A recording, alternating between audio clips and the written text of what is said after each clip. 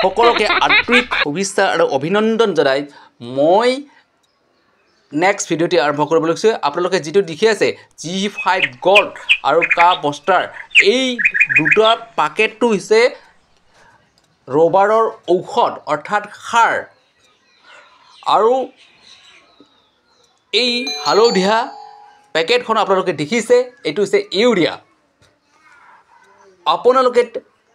আপোনালোকৰ ৰবাৰ বাগানত এইবোৰ মিহলাই প্ৰয়োগ কৰিলে অৰ্থাৎ সিঁচি দিলে ৰবাৰ দুগুণ আপোনালোকে কি পাব ক্ৰয় কৰিব পাব অৰ্থাৎ দুগুণ পাব। 12খনৰ ঠাইত 24খন পাব আৰু কি হ'ব গছ কি হ'ব মজবুত হৈ থাকিব। এতিয়া এই বস্তুটো অৰ্থাৎ এই ঔষধটো কেনেকৈ দিব যেতিয়া এই তিনিটা বস্তু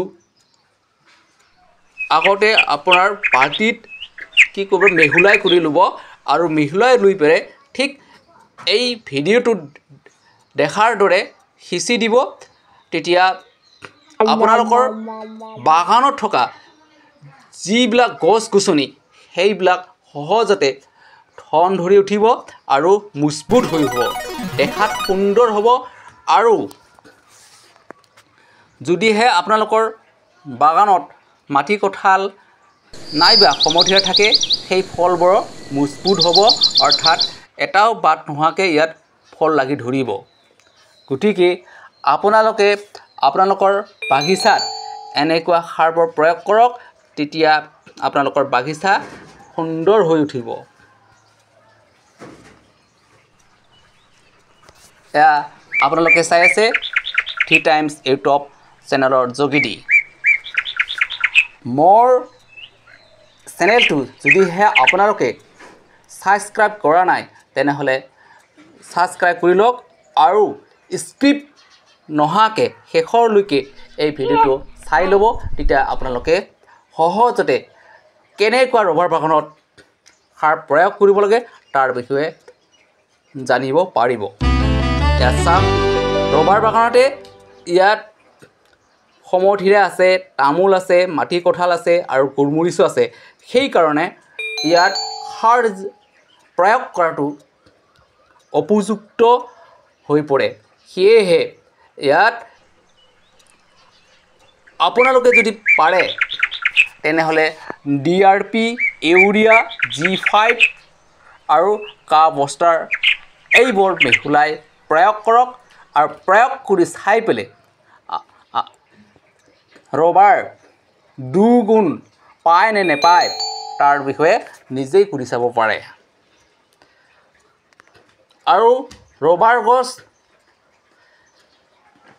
চক ডাঙৰ হৈ অহাৰ অৰ্থাৎ যিখিনি আঠা দিব লাগে সেইখিনি আঠা দিয়াত ইউৰিয়া আৰু DRPয়ে সহায় কৰে।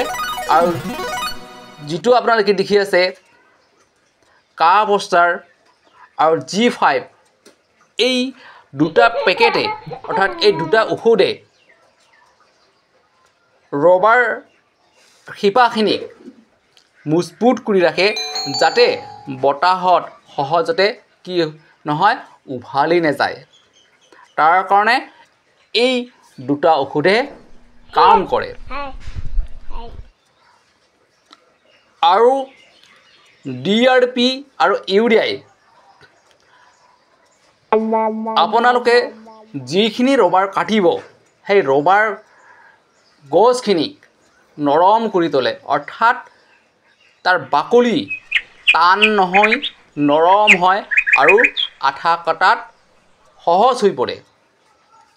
তেতিয়া আপোনালোকে অনায়াসে কম সময়তে আঠা কাটিব পৰাৰ এটা সময় অৰ্থাৎ গছখিনিক কি হয় মজবুত হৈ পৰে। তেতিয়া আঠা কাটাত সময়ও নালাগে। গতিকে